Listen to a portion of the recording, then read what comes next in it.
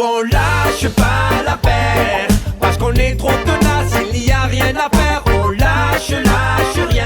Bonjour, vendredi 17 juin, retour sur un sujet des plus importants, la santé au travail, en lien avec le bilan de la médecine du travail qui était à l'ordre du jour du dernier CSE. Pour rappel, les ordonnances Macron réduisent le nombre de visites médicales d'une par an à une tous les 5 ans. De plus, en quelques années, on est passé d'une médecine du travail avec des docteurs salariés de la CEPAM 13 qui connaissent la caisse et ses conditions de travail à des services de médecine du travail inter-entreprise répondant à des appels d'offres et dont on est client. Et il y a une volonté locale de changer d'interlocuteur régulièrement.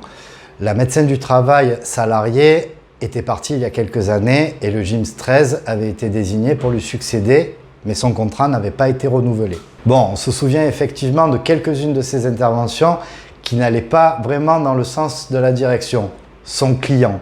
Aujourd'hui, c'est donc l'AISMT 13 qui officie, mais dont la médecin référente vient de nous apprendre lors du dernier CSE qu'elle quittait ses fonctions. Ce manque de stabilité arrange l'employeur dans un contexte où les travailleurs de la CEPAM subissent mutualisation, réorganisation et une charge de travail qui tend à devenir insoutenable. Alors on était bien content de pouvoir poser cette année nos questions à notre médecin référent du travail, d'autant que ça faisait 2 ans qu'on ne l'avait pas eu en séance.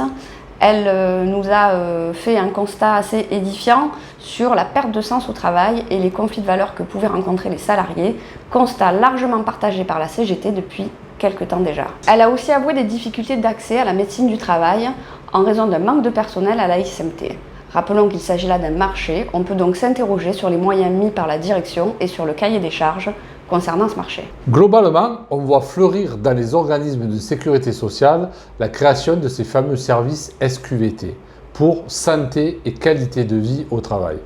Vous avez sans doute vu la publication Facebook des amis de la CGT CEPAM 18. Oui, dans le Cher, face à la souffrance des agents, le service SQVT a proposé des tournois de baby-foot.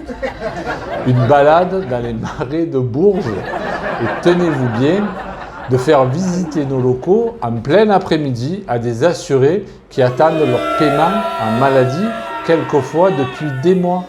Tarif d'entrée pour le zoo humain, 4 €. Une honte. Magnifique, l'employeur ne solutionne rien du tout et aggrave même le ressenti des agents. On se souvient quand même de notre DRH qui fait une vidéo et qui mime un cadre au bout du rouleau en position du lotus sur le bureau. On vous restitue la bande de son, on vous épargne les images. Je fais mes 15 minutes de relaxation quotidienne. La position du lotus m'aide beaucoup. Vous voyez, d'ici quelques instants, je vais avoir un entretien d'évaluation avec un collaborateur. Et finalement, le seul stress que je vais ressentir, c'est de savoir si l'eau que je vais lui proposer sera à bonne température. Je t'ai vu, c'est toi, tu es ventriloque. Qu'est-ce que tu racontes? Mais pas du tout. Non, mais c'est la vraie bande de son. Mais t'as qu'à réécouter les vidéos, si tu crois pas. Mais ils y sont plus. Ah, ils les ont effacés. Ouais, il doit avoir un peu honte quand même. La CGT a récemment imposé la présentation du document unique d'évaluation des risques professionnels, que nous n'avions pas vu pendant 2 ans.